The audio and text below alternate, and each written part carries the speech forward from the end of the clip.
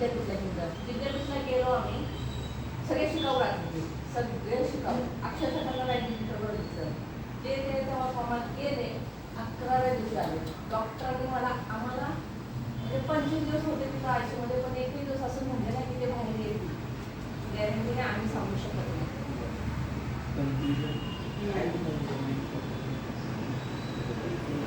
त्यांना ट्रीटमेंट लगेच रिलीज केली आणि त्याच्यामुळे ते जे वाढत गेलं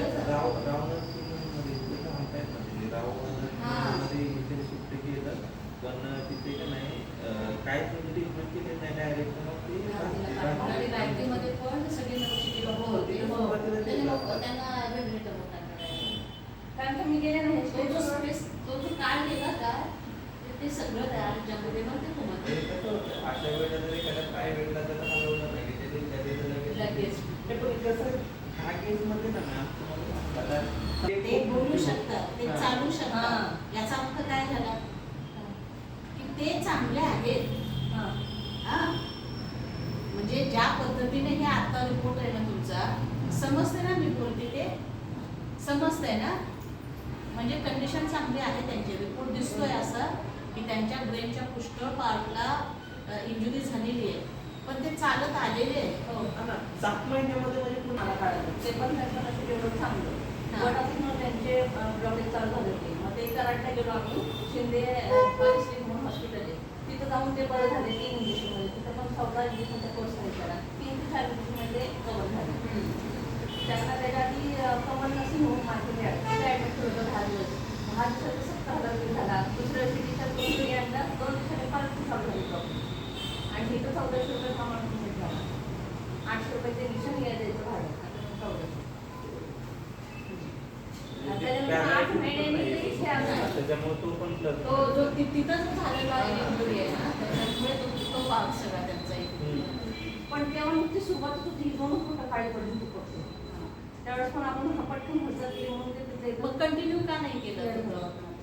बरं झाले ते. आणि हे म्हणजे चालूच होतं ते. त्यावर त्याचं ऑपरेशन झालं अपेंडिक्सचं, ह्याचं ऑपरेशन झालं आणि 4 दिवसांचा ह्याचा ॲक्सिडेंट झाला. त्यामुळे सगळं ठप्पच झालं. मग आणि त्यामुळे सगळ्यांची परीक्षा, तिघांची परीक्षा चालू असं झालं. किती मुलं आहेत? 3. मोठी 10वीला होती तेव्हा, 7वीला आणि ती पहिलीला. तिला अशा परीक्षा झाली. हॉटेल पण करतो. हो, एक नक्की येत ना. वीर एक माणसं नाही म्हटलं तरी फटका बसतो. आता सामान्य माणसाने एक बिझनेस असतो, तो कसा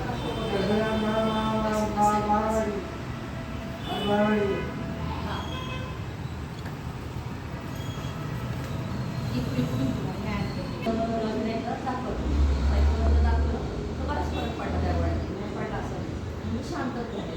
सूर्यदेव बडबड करणं, म्हणजे जे हयात नाही त्यांची सारखी नावं घेणं, अजून पण घेतो म्हणा, पण एवढी नाही. त्यामुळे मला फरक पडला.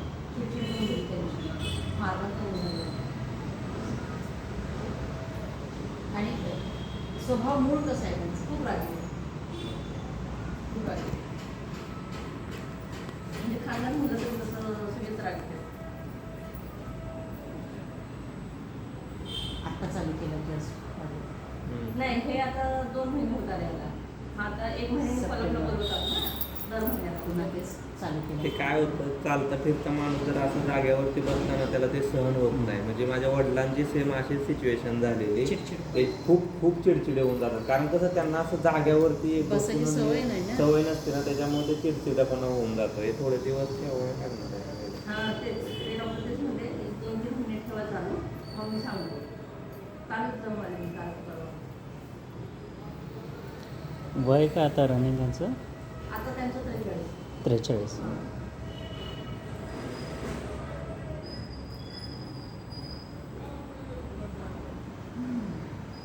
चलो मॅम, येतो मी. हो हो चालेल. आता तुम्ही MRI CT स्कॅन असं दोन्ही केले ना? हो, दोन्ही तेव्हाच केलेलं, ॲडमिट केलं. मग आता मग हा एकच रिपोर्ट आहे, हां,